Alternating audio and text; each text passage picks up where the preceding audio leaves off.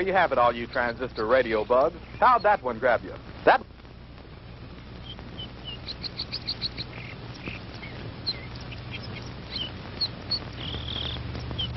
Howie, for heaven's sake, it's almost dark. If you don't hurry up, we're going to be late for the game. Margie, have you ever tried to fix a fuel pump to a rock and roll beat? Well, I'm sorry it made you nervous. I just thought it was a good chance to get in some practice. It's okay. Forget it. Nothing I can do anyway. At least not way out here. Well, I wish you hadn't taken this crazy nowhere shortcut. Boy, this is like Lossville. I know. I goofed. And I've got to get some help if we're going to get there in time for the kickoff. Hey, didn't we pass a farmhouse about a mile or two back down the road? Yeah, that's right. Back around the curve. Come on, we'll be shorter through those woods.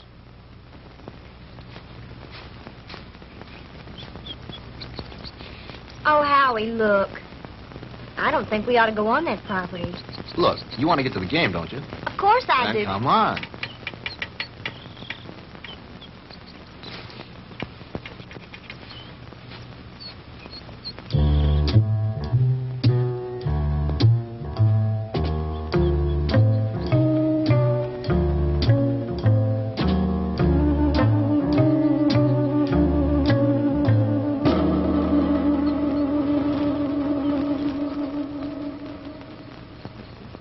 Howie, it's cold.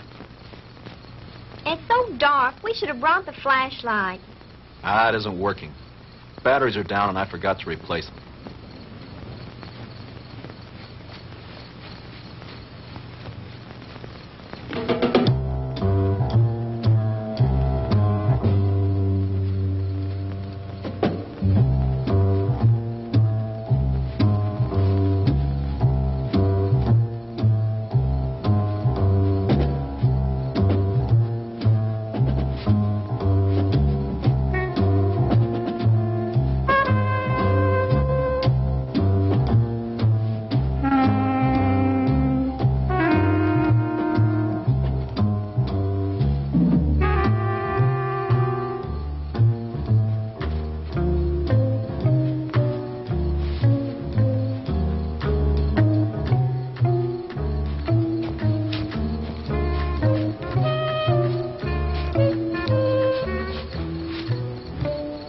Like we've been walking for hours.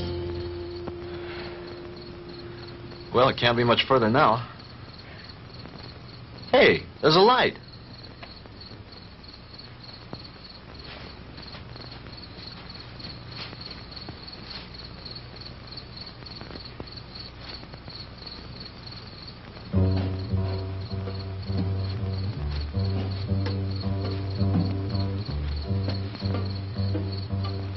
Huh. That's strange. Campfire way out here in the middle of the woods and nobody around. Kind of creepy, isn't it? Yeah. Hold it right there, both of them. Hey, Dad, what are you made up for? I mean, what's the bit? Hey, now, don't point that thing at us. It could go off. Come on now, who are you guys? What kind of a joke is this? I mean, out here in the middle of... Joke, boy? You think this is a joke? Howie, I'm frightened. Look at him. It's got to be some kind of a gag. This can't be for real. Howie, what's it all about? I don't know. Honey, do as I tell you. You edge around behind me. Tell me between them and you. Then run like the devil. Howie, not alone? Do as I say. What are you two young'uns doing out here? Quick, don't let them get away! Run, Margie! Head for the car! Stop, boy! I'll shoot!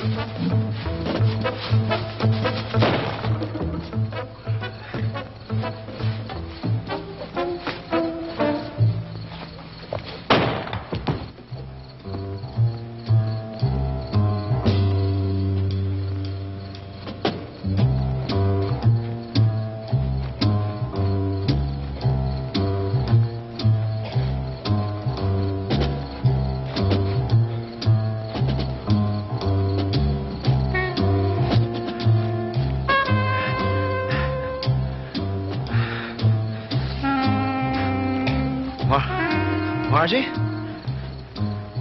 Margie?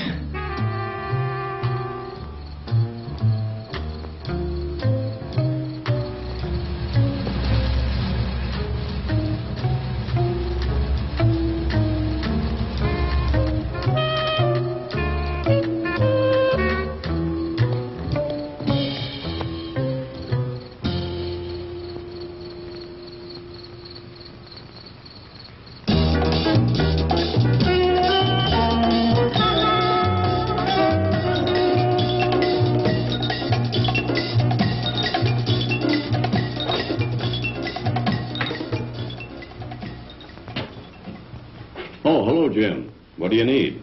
I need my ever-loving paycheck. What's the rush? Payday's tomorrow. I know, but Reed said you'd have it for me tonight. Oh, did he now? Yeah, that way I get a couple hours head start on my first vacation in 3 years. Relax. The girl's on her way up from accounting with it now. Where you going on this vacation? Someplace that can't be reached by telephone, telegraph, teletype, or carrier pigeon. You don't think we'd interrupt your vacation now, do you? Why not? You guys did it for the last 2 years. Jim, nice story you turned in. Well written. Had a lot of fun. When he talks like that, he wants something. As a matter of fact, there's one little favor I'd like to ask you to do before you leave. Uh-oh. Here it comes. As a matter of fact, here it is. The accounting department is certainly coming up with much more interesting figures lately. See you guys. Oh, come on, Jim. Well, this will just take a few minutes. Not much out of your way. All you have to do is get a few details and phone them in from there. From where? Carver Street Hospital.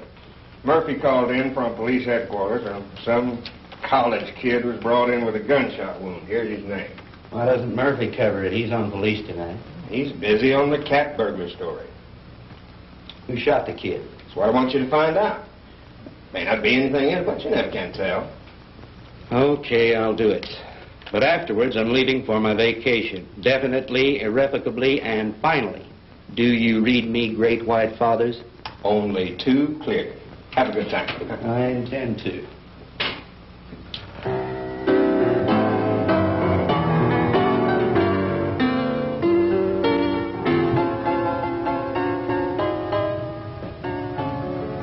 Hello, blonde girl.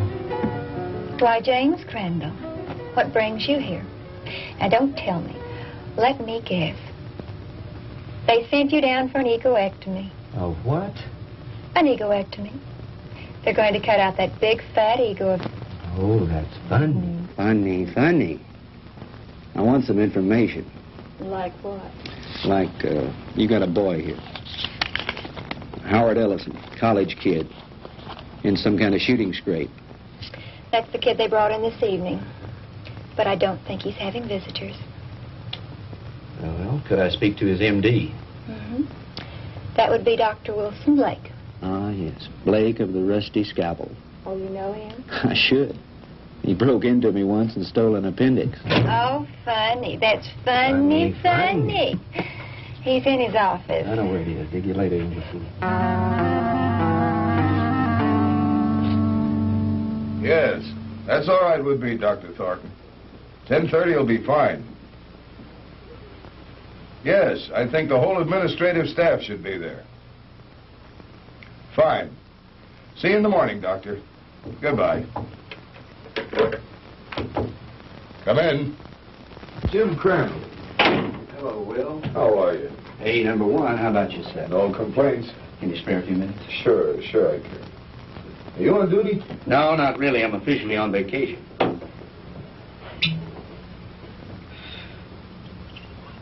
Soda? Just straight, thanks. I bet you're here for a story on that Ellison boy. Good bet. Sit yourself down. So were some friends of yours. They left about an hour ago. Uh-oh, the local gendarmes, no doubt. Right. Lieutenant Partain and a couple of his men. They talked to the boy for about an hour and then finally... Wait a minute. Talk to him? You mean the Ellison kid's able to talk? Sure, he wasn't hurt too badly. The bullet didn't enter any of his vital organs. But the nurse said he couldn't have any visitors. Well, he can't. At least not now. He was too tired after that session with Partain. I want him to get some rest.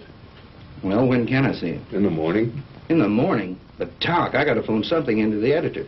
I can't fool around on this thing. I leave on my vacation tomorrow. Well, I envy you. We're so short-staffed here at the hospital, there's no telling when I'll be able to take a vacation. What did the kid say when he talked? He told a real weird story. The police have a transcript of it. I'd rather hear it from you if you don't mind. I don't think I should repeat it. I imagine the lieutenant would rather tell you himself. Ah, come off it, Doc. You know Partaine's not going to give me anything till he's good and ready. All right. All I can do is repeat what the boy said. But I'll warn you, you won't believe it. Suppose you try me. Well, this Ellison kid is a student at the university, a cheerleader, an honor student, an all-around popular kid. Early this afternoon, he and this co-ed... Co-ed? You mean there was a girl with him? Yes, one of the majorettes from the band, a girl named Margaret DeMar. DeMar? Couldn't be related to Sandy DeMar, the nightclub thrush. As a matter of fact, yes, her sister. Well, that adds a dash of color. What about the girl? I'm getting to that. Now, do you want to hear this story or not? Okay, go ahead.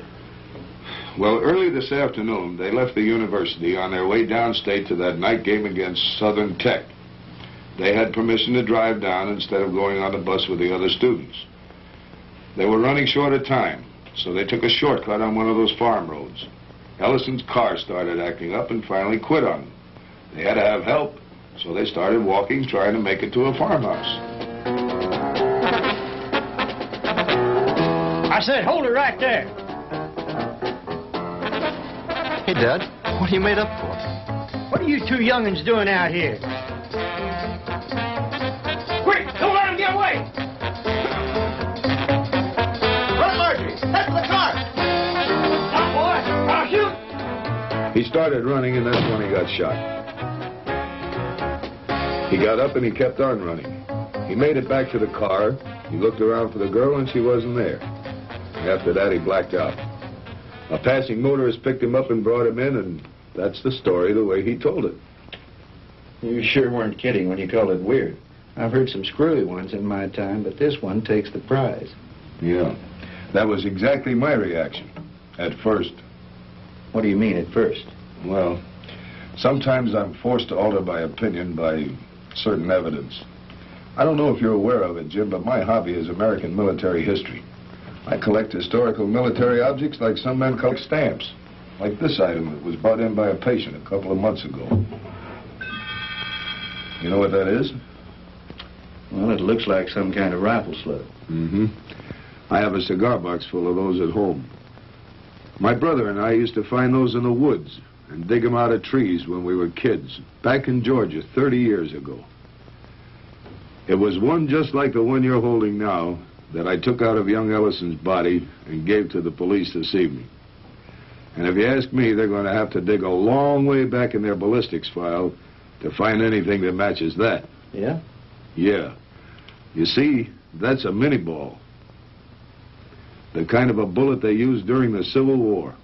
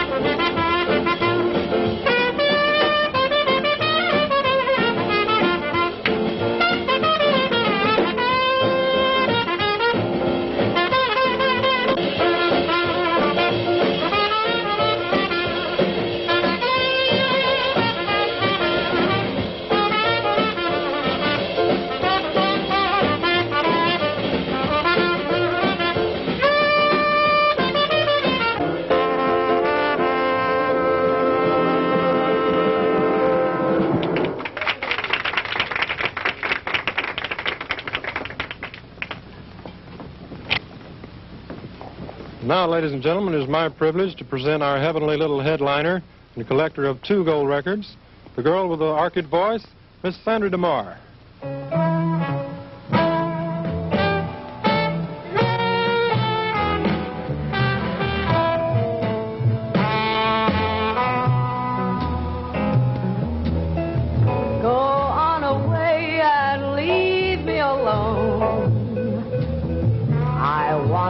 By myself when I cry, and there's gonna be some crying, 'cause I just told my baby goodbye.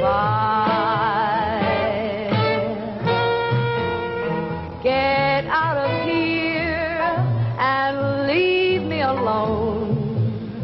I don't care whether I live or I die, 'cause my life's already over. It ended when you told me goodbye.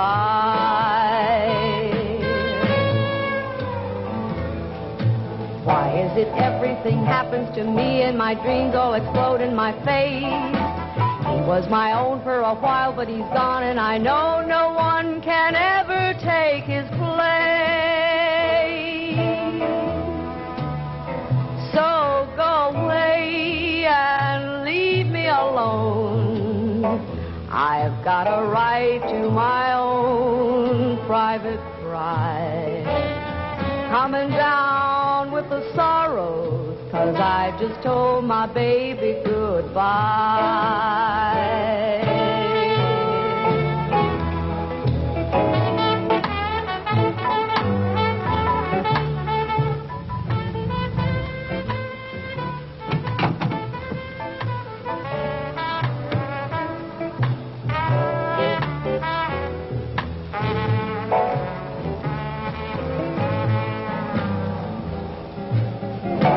Everything happens to me and my dreams all explode in my face. He was my own for a while, but he's gone, and I know no one. Evening, Ramon. Is this visit official? Oh, there's nothing to worry about. We'd like to talk to Miss DeMar when she's through singing. Would you give her something while you're waiting? Thank you, no, we're on duty. Leave me alone. I've got a right to my own private cry. I'm coming down with the sorrows, 'cause I just told my baby goodbye.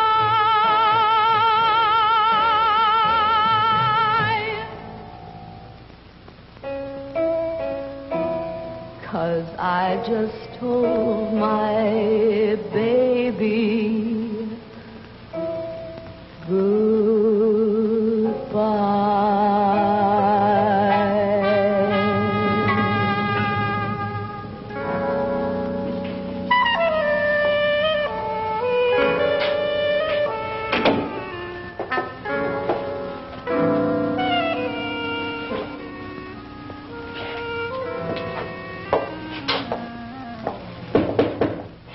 Yes. Sandy, are you decent? Yes. 2 gentlemen from the police department want to talk to you. Police? Yes, Miss DeMar. I'm Lieutenant Partain, and this is Detective Lasky. We're just making a routine investigation. Have you heard from your sister this evening? Margie? Why, no. Why do you ask? Well, we just thought she might have called you. You see, we have reason to believe she may be missing. Missing? I don't understand. She's at a football game in Stephenville with Howard Ellison. I'm afraid not, Miss DeMar. Maybe you'd better sit down and let me tell you all that we know about it so far.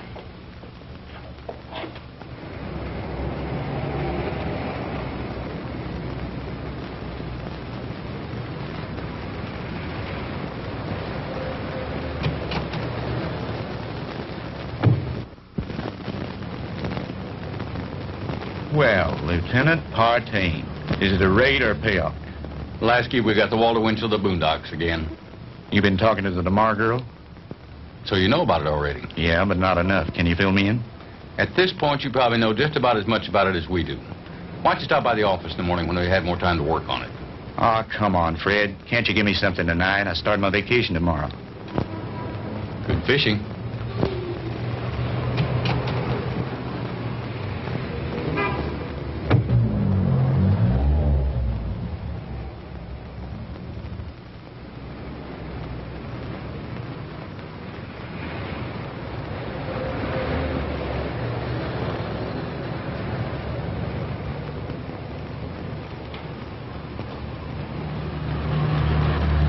Miss DeMar?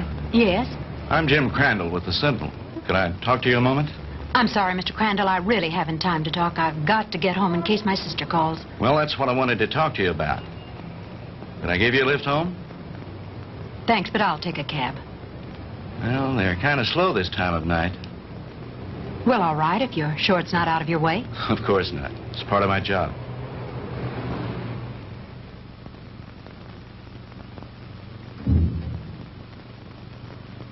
What's the matter?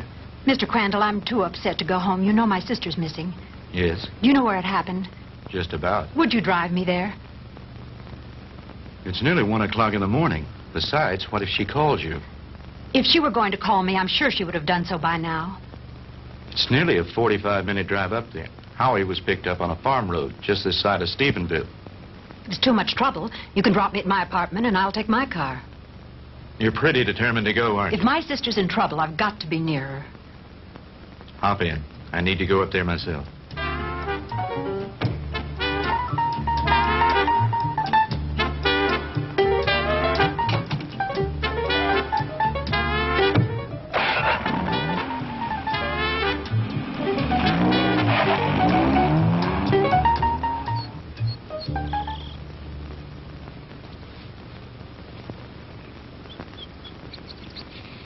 Lieutenant, we checked that house from top to bottom. Nothing there. Okay, Lasky. As soon as the boys are through, have them go in and get some rest. We've done everything we can do here. Maybe the sheriff and his bloodhounds will turn something up. Right.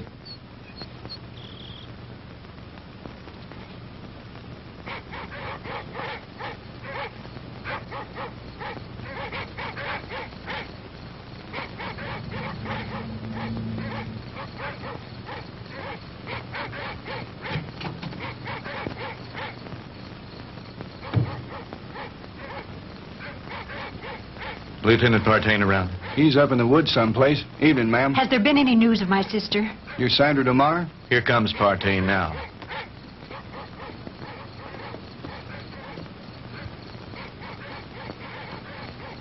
Lieutenant, have you found her yet? I'm afraid not.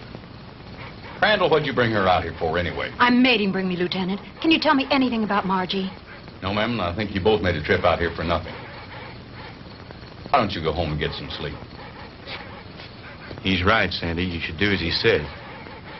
Jim, somewhere out there in that horrible blackness, it's my sister. Those dreadful dogs. They sound so terribly ominous. Oh, Jim.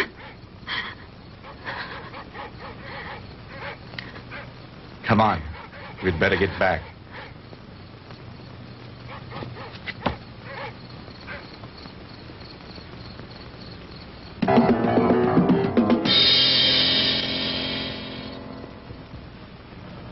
No, I'm going to check all the antique gun shops this morning, as soon as they open. How about the kid's parents? You come contact them? Lieutenant, Ellisons live in Denver. I tried all night to call them, but they weren't home. How about a cup of coffee, Jim? Yeah, black. What about the kids at the university? Ellison's fraternity brothers. I talked to everyone in the dorm. They like him. What do his professors say about him? Bright, popular boy, good scholastic records, level-headed, down to earth. Not the kind to make up wild stories. Well, that cracks another one of our little theories wide open. You just getting here? Some of the other fellows came in a couple of hours ago. Yeah, I was out with the sheriff and his bunch. And have we got a Lulu? Yeah, what is it? The girl's sweater. We found it out in the woods not far from a smoldering campfire. Go on. Well, we gave the scent to the dogs, and they took off like Moody's goose. Well, we followed them for about a mile or two, till they got through the woods and into a small open space. Well, the dogs got about halfway through the open space, and then they stopped. Well, you've never seen so much confusion of tangled dogs in your life. They didn't know which way to go. The scent had stopped right in the middle of nowhere. It was as if the girl had just been snatched off the face of the earth into thin air. Wait a minute. You mean no footprints, no tire tracks, no nothing? Well, nothing but this. Well, so you found part of a costume. Costume? This is the real article. I checked it out. What do you mean, checked it out? Look at the label on the inside. McCord Brothers.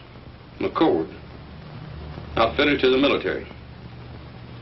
Charleston, South Carolina. I checked with the Charleston department, and they gave me some very interesting facts from one of their newspapers. It seems that McCord Brothers, the company that made that hat, burned to the ground in 1869 and was never rebuilt. It's been non-existent for over 100 years.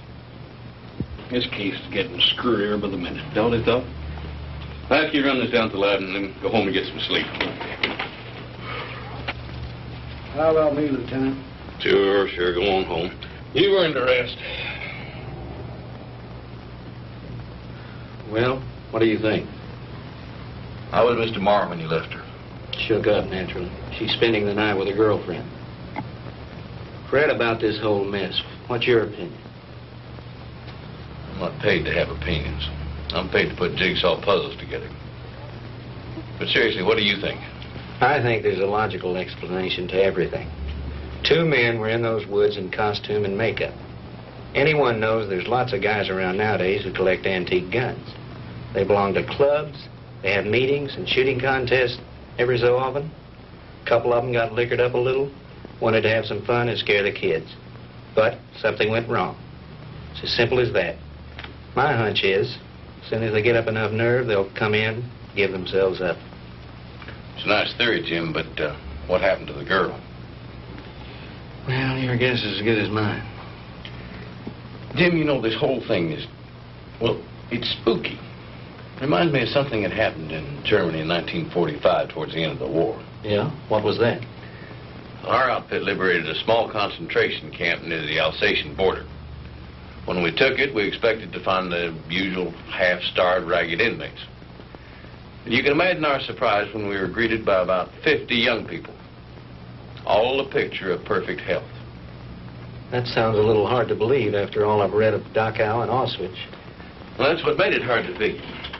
Here were these kids, none over 21 and some as young as 5, living in apparent luxury. Good food, complete recreational facilities, no forced labor. Remind me of a bunch of calves being fattened up for the kill. You mean there were no old people in the camp? There were a few, but not alive. We found their bodies in the rooms next to the ovens. Apparently, we'd taken the camp so fast they hadn't had time to dispose of the bodies. But before they left the night before, they blew up the largest building in the camp. It was some sort of a laboratory. And inside, amidst the rubble and blown into a million pieces, was the screwiest piece of machinery I've ever seen. Some sort of a crazy electronic apparatus. And half buried underneath it amidst the rubble, still strapped to a table, was an old man. Just barely alive. Our medics tried to save him, but they couldn't. Now, here's the weird thing. This is the part we could never understand. In trying to identify him, we checked the camp records with the prison number tattooed on his arm. According to those records, that old man should have been an 18-year-old boy. What about the other bodies? Same thing. Their numbers indicated they all should have been kids. What type of experiments were they conducting there? We never found out. Even the young inmates weren't aware of why they were there. They never found the commandant of that camp to bring him to trial with the rest of the Nazi brass.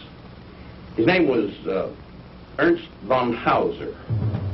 Did you ever hear of him? He was a German physicist, a contemporary of Einstein's. I don't follow you. You mean you think there might be some connection between all that and what happened here last night? I'm not saying that, no. But just suppose, for the sake of argument, the Ellison kid did see two men out of the past of 100 years ago. That would mean somebody around here is tampering with time. Somebody was also tampering with time in that concentration camp. Now, wait a minute. Let me get this straight. You think that the machine found in that concentration camp was some kind of time machine, and that there may be another one like it around here. Is that what you're saying? I'm not saying anything. I'm just supposing. After all, they never found von Hauser. Lieutenant? Yeah, Walt. Captain wants to see you in his office. Wants you to bring the file on the Maddox case. Be right there. How am I ever going to turn in a story like that? That's your problem.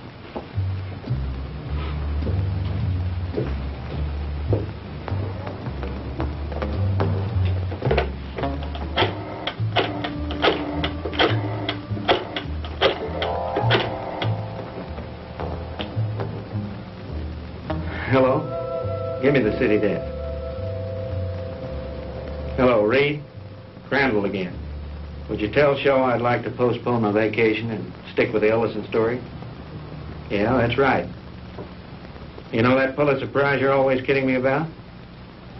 Well, if this thing turns out to be what it looks like, I just might win it. No, nothing new at the moment. I'll keep you posted. Yeah, I've got a little research to do in the library. Then I'm going to the hospital to interview the kid. Right. Talk to you later.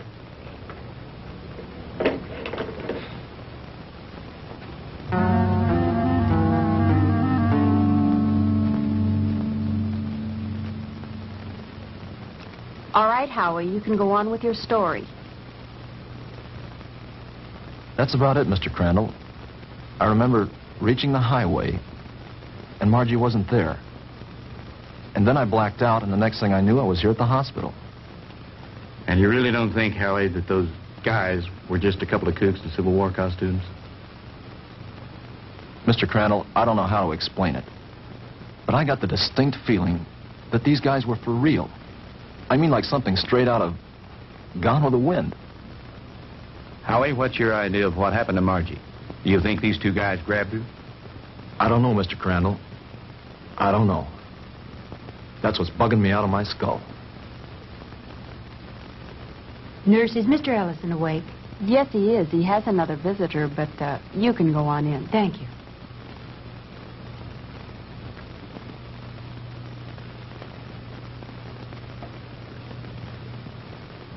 Sandy. Hello, Howie. How are you? Hello, Jim. Good morning. Have you heard anything from Margie? Not yet. I brought you some flowers. Thank you, Sandy.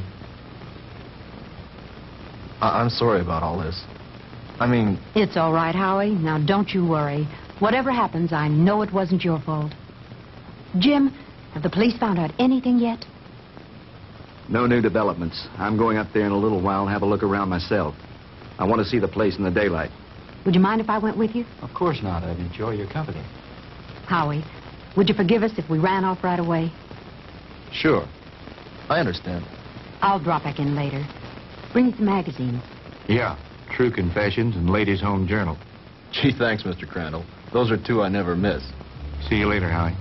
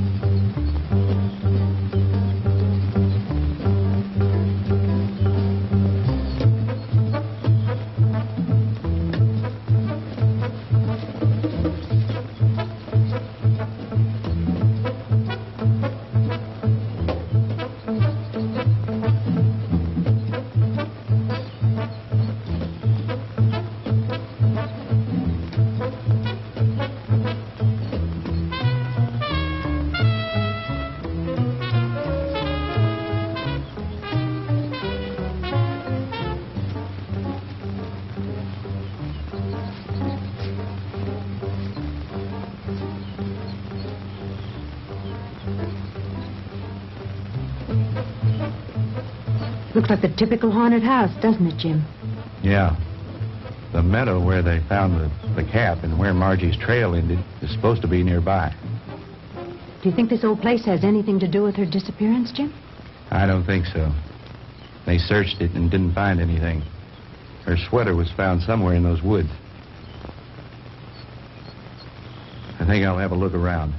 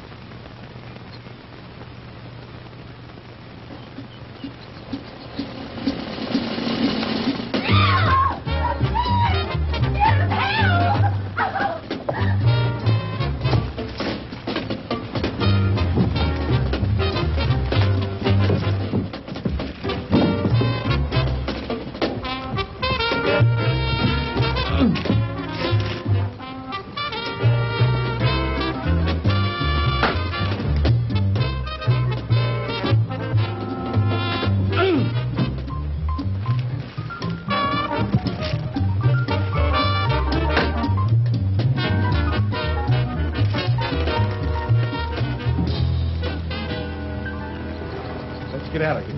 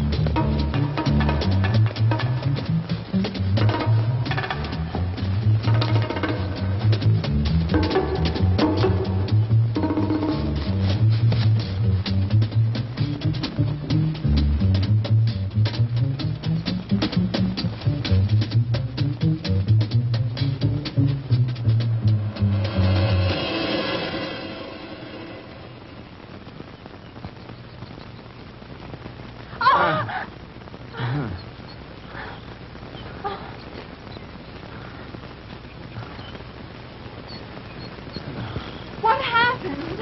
I don't know, but we better get back to the car.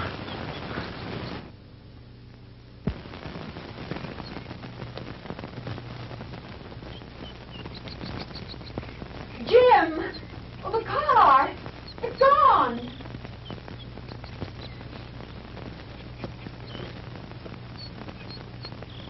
Jim, someone must have stolen it.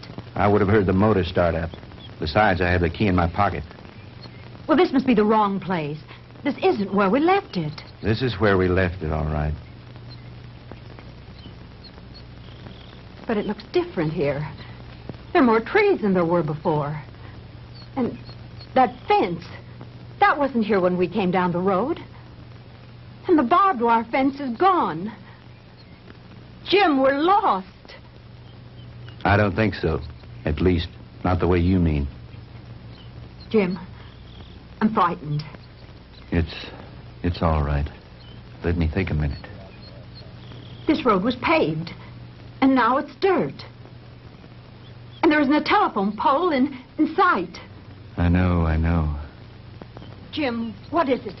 What's happening? I don't understand it. Where's the car? Where are we now? Jim, I know you know what's happening to us, and you won't tell me. And why not? What's going on? Fantastic. Incredible. I never really believed it. Tell me what's happening. Sandy. What's going on? What dreadful thing Sandy. is happening? Tell me. It'll be all right. Everything's going to work out. But we have to keep our heads. I believe our best bet is to follow this road and see where it leads. Come on.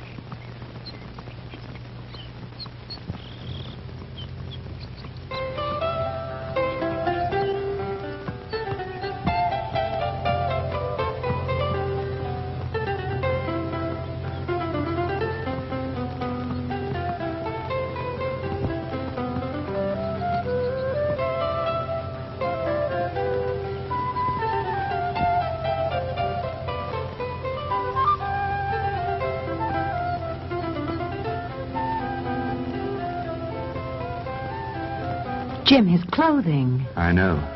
Ours are just as strange to him, especially your short skirt. Friend, what year is this? Where are we? Witchcraft! Witchcraft! Ha!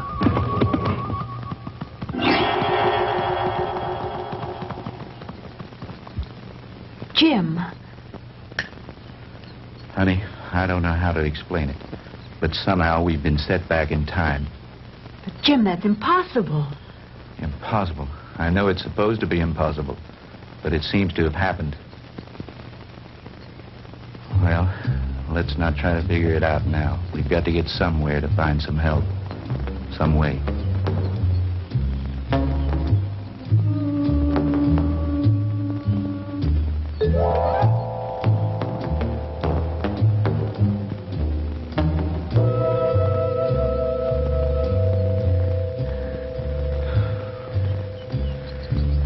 Jim, I'm sorry, but I don't think I can go any farther.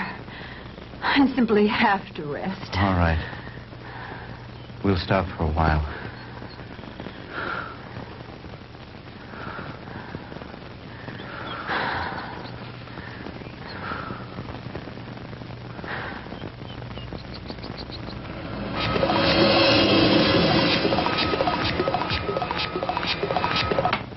Welcome, my friends, to my little workshop. Do not be alarmed or cause unnecessary commotion. You are in no danger. At least, not for the moment. Won't you please step out?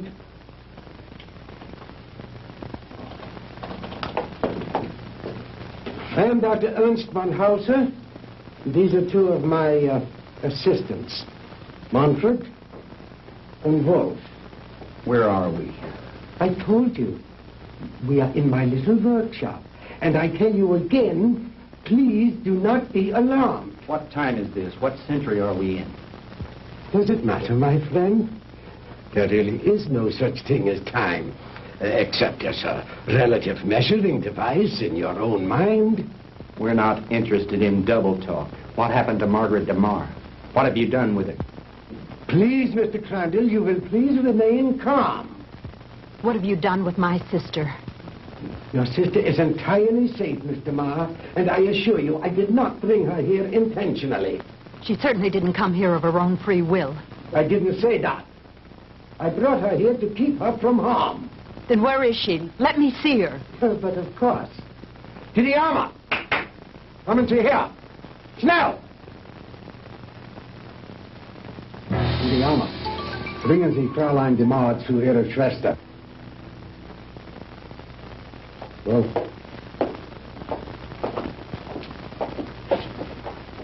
no need for alarm, Mr. Crandall. She'll be all right. She'll be able to freshen up. We will even furnish her a change of clothing.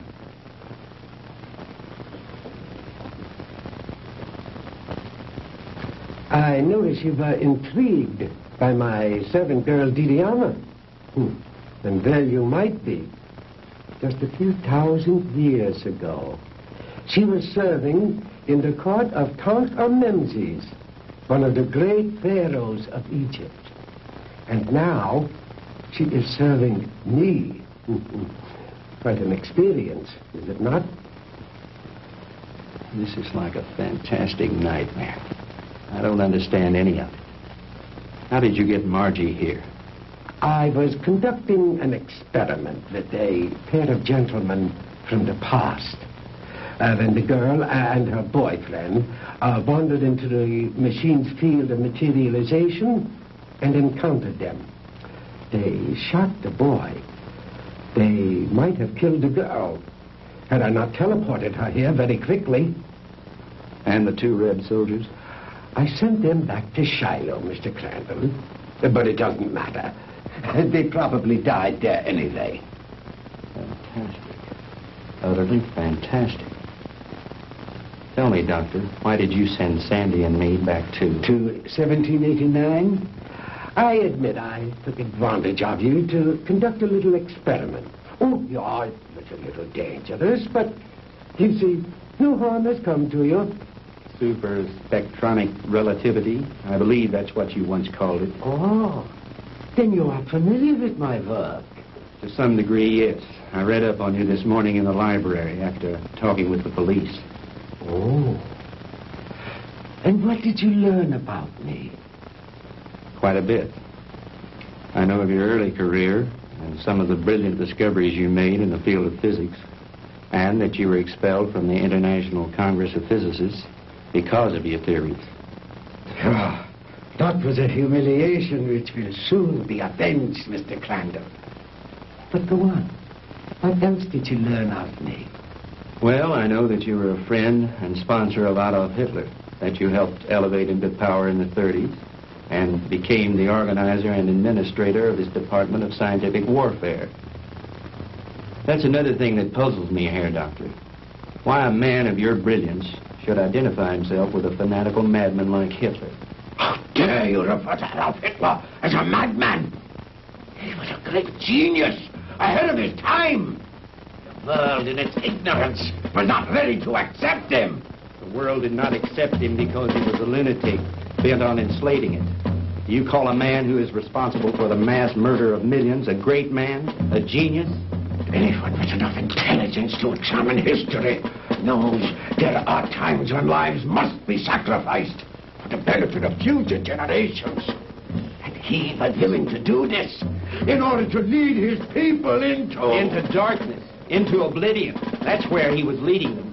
And like all other power-crazed dictators before him, he failed. Thank God there were people in the world with enough courage to resist and to conquer him. What do you know in your stupid, petty little mind?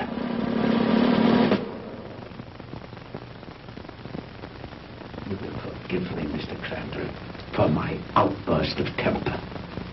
You are, of course, entitled to your own opinion, for whatever small purpose it may serve you. Let me enlighten you, Mr. Crandall, on a few things of which you and the rest of the world are unaware. Blame for the loss of the war cannot be laid to Hitler or his doctrines. It was I who failed him. Me and the General Staff. He called for weapons, super weapons, to turn the tide of war in those last few days. Because of my inability to deliver those machines soon enough, we were defeated. It might interest you to know that during those last few months of the war, we had almost perfected weapons so far in advance of anything that had gone before them as to make modern warfare in all its forms completely obsolete. Oh, if we had only had time for further experiments. I know of some of your experiments, like the ones carried out in a certain concentration camp. Oh, then you know about the aging machine. Yeah, they had almost perfected that one when the war ended. Oh, but that machine was one of the more primitive devices. like the jets and the rockets that we used so briefly. We were in the final stages, Mr. Crandall, of perfecting weapons that were truly astounding and against which you would have had no defense. A cannon that killed with sound waves, yet was completely silent. A giant generator gun that could electrocute whole armies in the field. Oh, and more, many more. We'd have only had a few more months to perfect those weapons. We could have plucked victory from the jaws of defeat.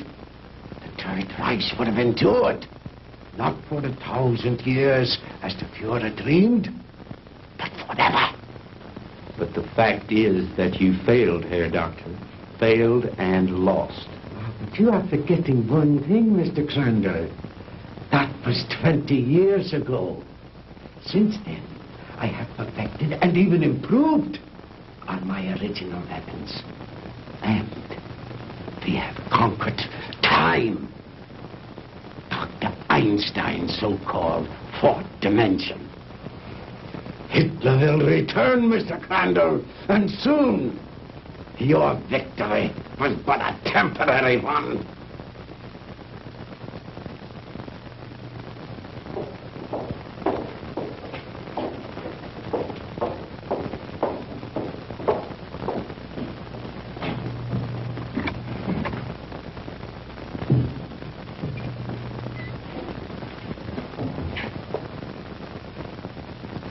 Margie, baby. Sandy!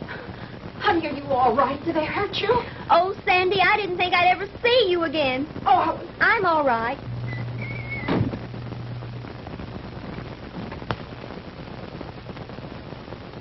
let us out of here. Open this door. Let us out. Please, don't let them keep us here.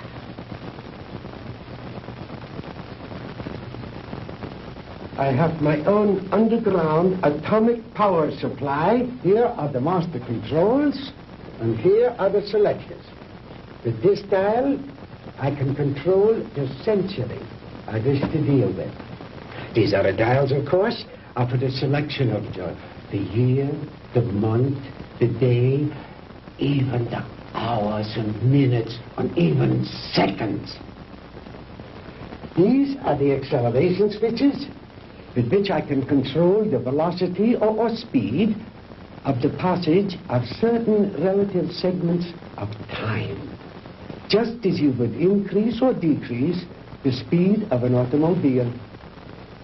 Is that too difficult for you to grasp, Mr. Crandall?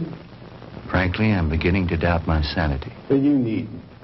After all, there are very few people in the world who can understand even Dr. Einstein's theory of relativity. And my theories go far beyond his. But you are an intelligent man, Mr. Crandall. Perhaps I can explain it a bit more simply.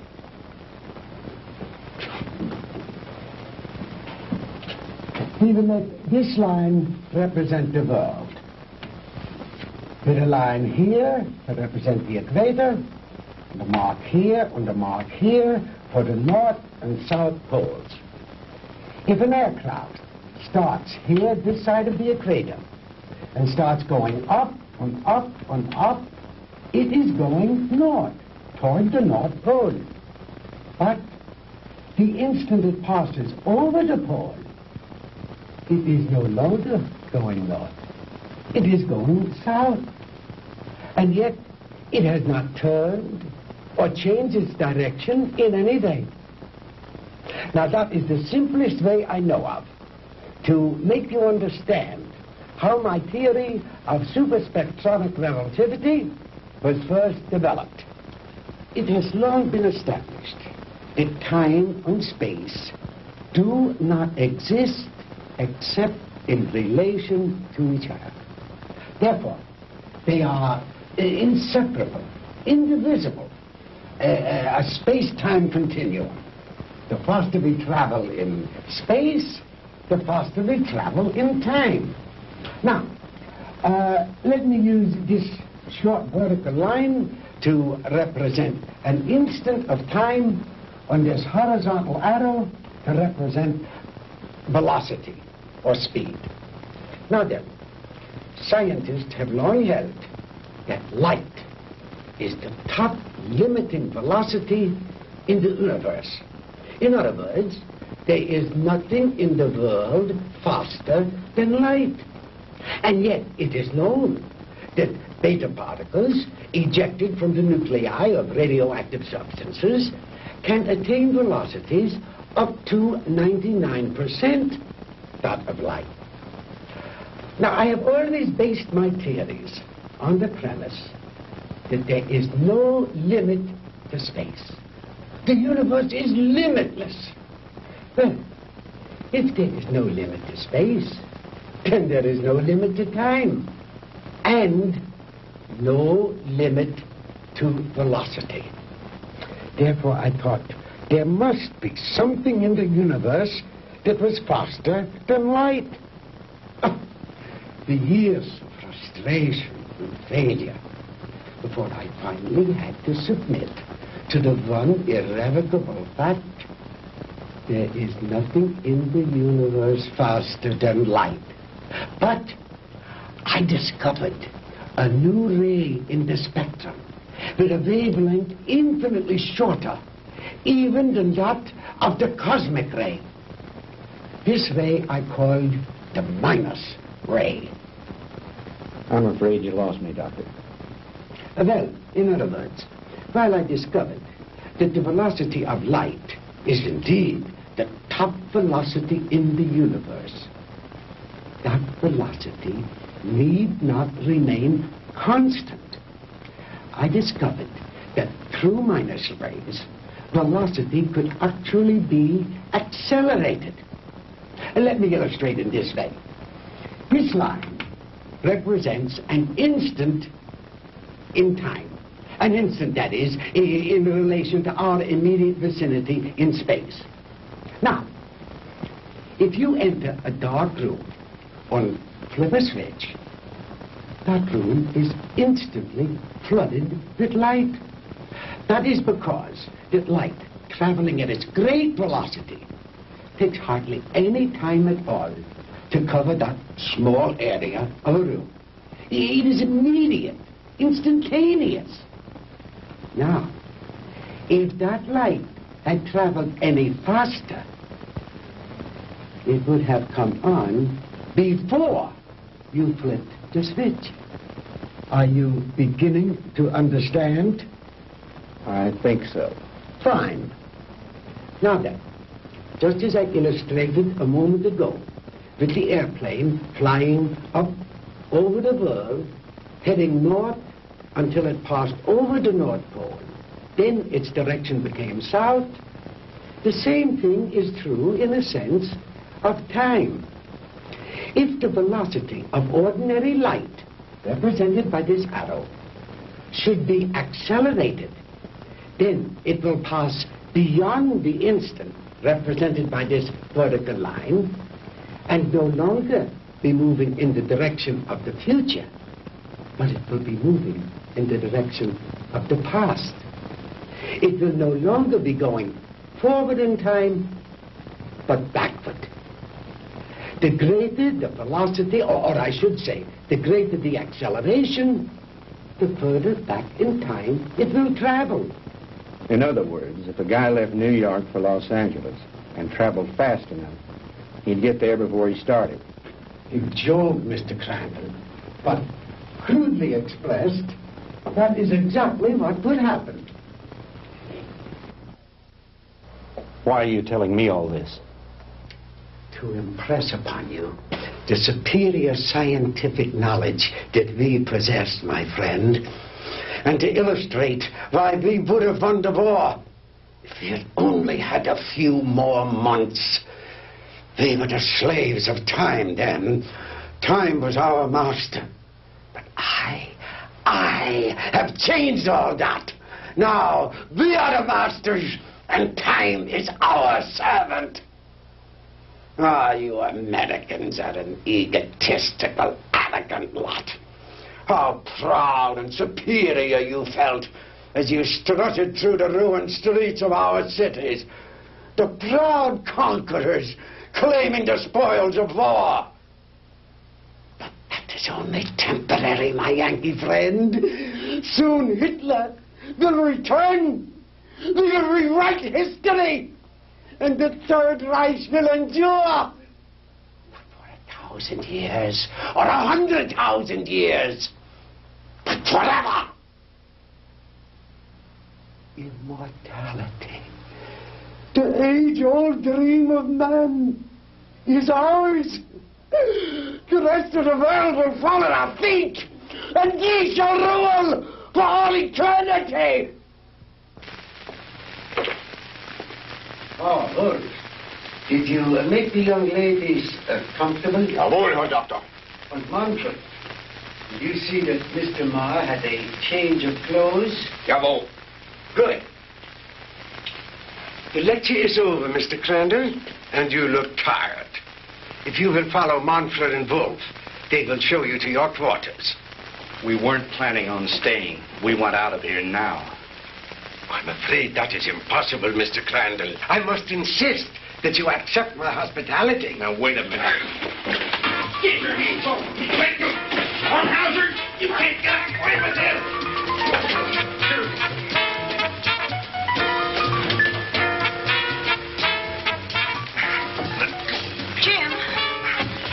Jim! Sandy, are you all right? Oh, yes, we're all right, but why are they locking us up? What are they going to do with us? Nothing if I have anything to do with it. Oh, don't hurt him! Oh, don't hurt him!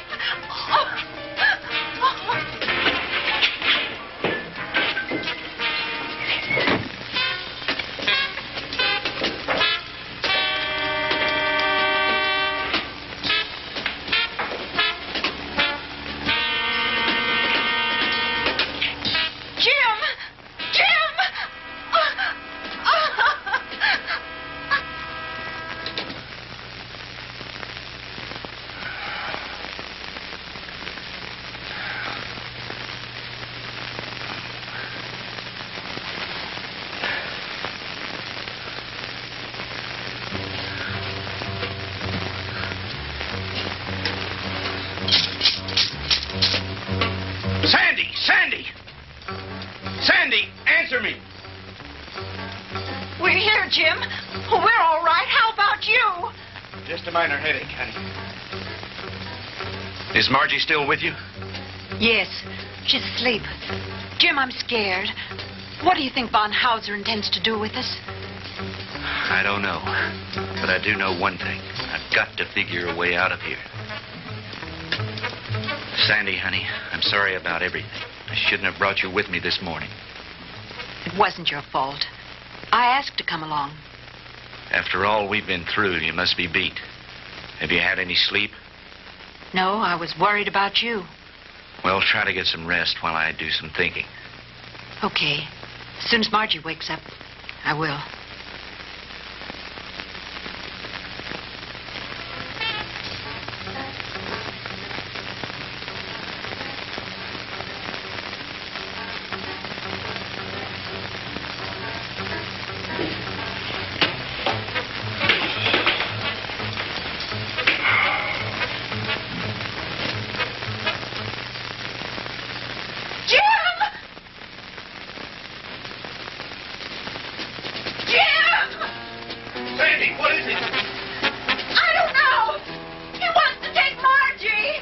Kommen Sie her, Fräulein. No, no, Sandy, don't let him take me. Kommen Sie her. No, Sandy. No, leave her alone. Take your hands off her. Don't let him take me, Sandy. Don't let him take me. Turn her loose. Oh! Sandy, who is it? What's going on? No. What's going on in there? What's happening?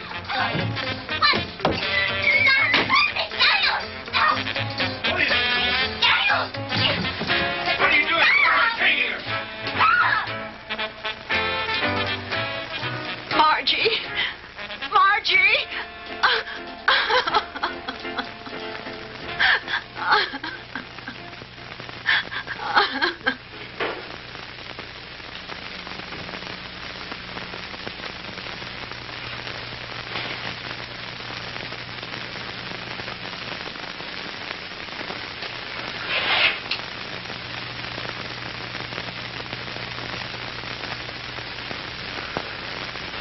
So you see, my dear, there was no reason for all that hysteria.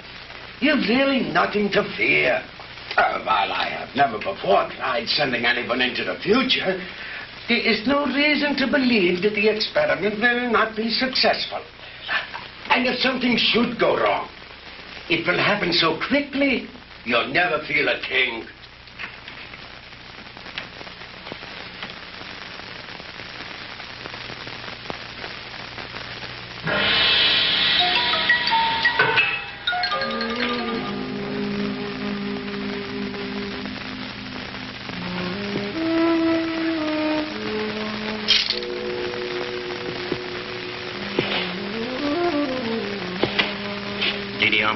It is time you eat now.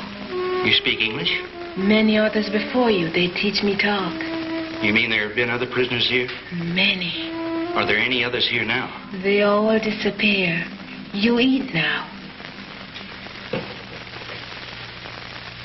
It is all they give me for you. It's all right. At least it's better than nothing. Didi Alma, you've got to help us. You're our only hope. No. I cannot help you.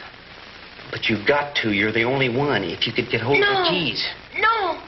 They'll kill me. I cannot help you. Please, Didi Alma, listen to me. No. We'll never get out of here if you don't help us. Please, Didi Alma. Please.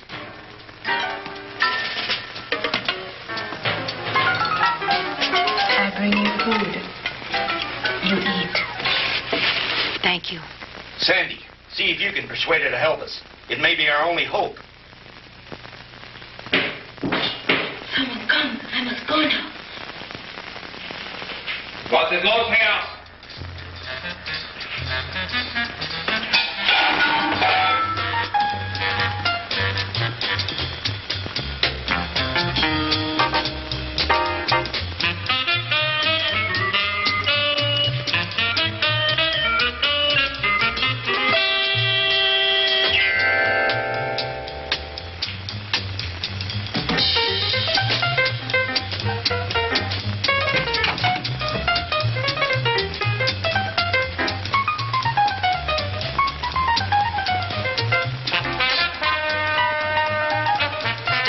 From me.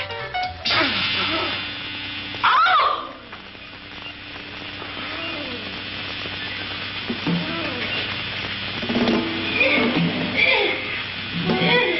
Sandy! Sandy!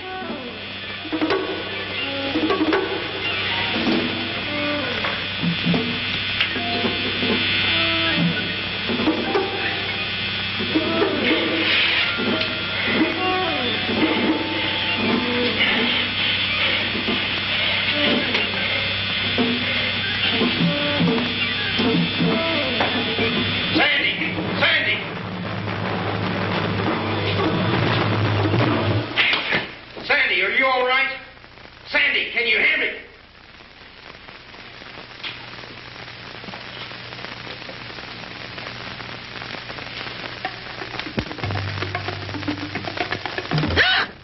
Sandy, honey, thank God you're safe.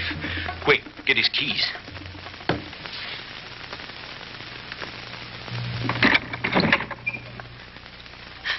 Oh, Jim, it was awful. He strangled her. It's all right, honey. Try to get hold of yourself. We've got to get out of here. I'll be fine.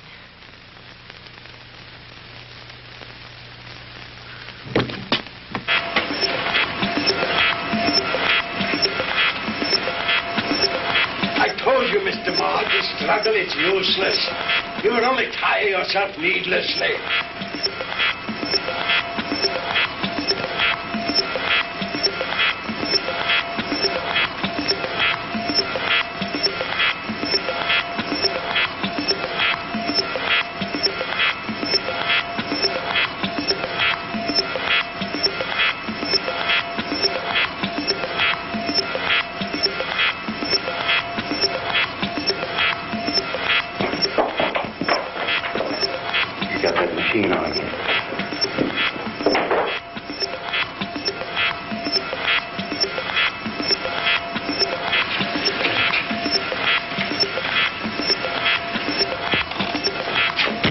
Switch it off, Doctor.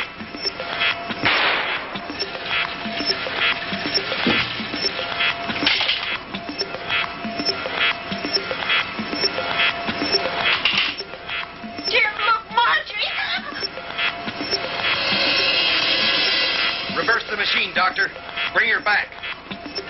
I cannot guarantee that, Mr. Crandall. I have never experimented with the future before. You insane, sadistic. If you don't bring that girl back, I'll empty this gun into that warped brain of yours.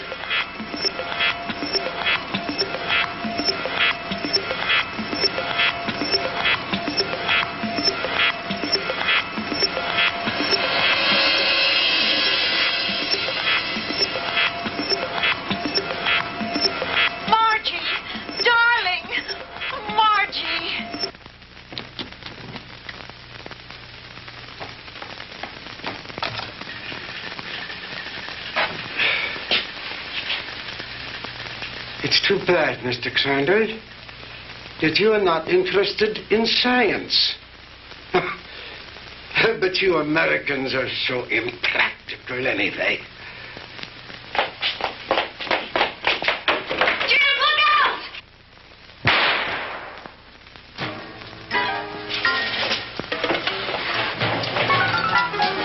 Just don't you try anything, Bonhauser. Don't try anything.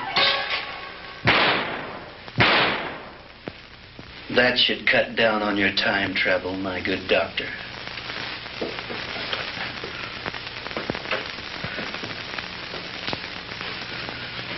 How about the attic? You searched that, didn't you? Yes, sir. That's where we found the Nazi soldiers and their radar equipment. Then this house has some connection. Crandall's car was found not too far from here. Von Hauser's headquarters must be around here somewhere.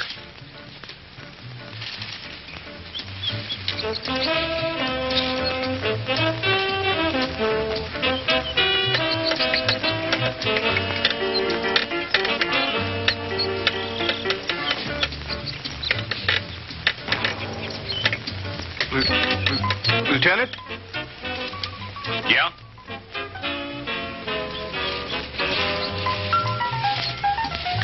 What is it, Finley?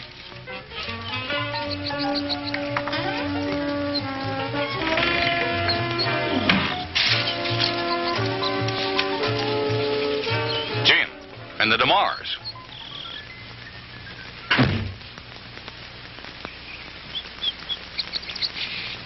Where in the devil did you three come from? Von Hauser's country place, Fred. We spent a very interesting night there. Where is Von Hauser? Down there in his laboratory. Listen. What's that sound? That's the machine. You'd better stop it before he gets away. Lasky, you come with me. Finley, you stay here with them. What machine? The time machine. The what machine?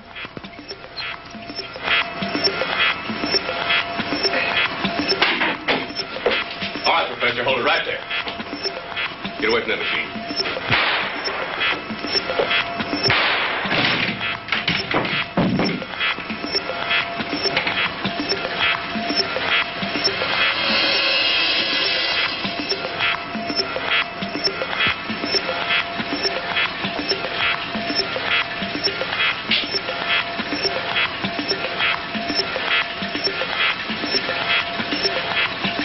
If I hadn't seen it with my own eyes, Lieutenant, I wouldn't believe it. I know. Ask you if you ever tell anyone what I'm about to do, I'll have your job, so help me. Is that clear? Lieutenant, I ain't seen nothing. Well, I don't know what makes this contraption work, but I think I know a darn good way to shut it off.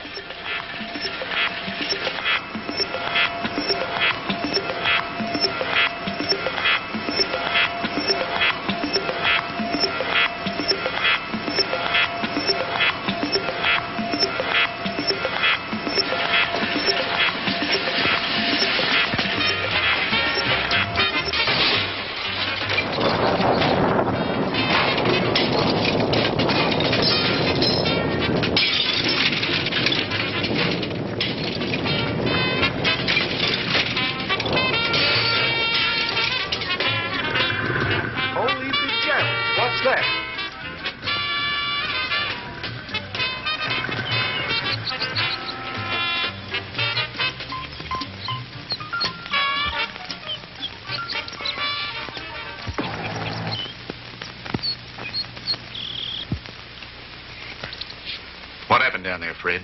Forget it. Finley, call Miller at headquarters. Have him send some of the boys out. Are you two all right? Everything's fine. Thank you, Lieutenant. Why don't you take the two ladies home? Come on, Lasky.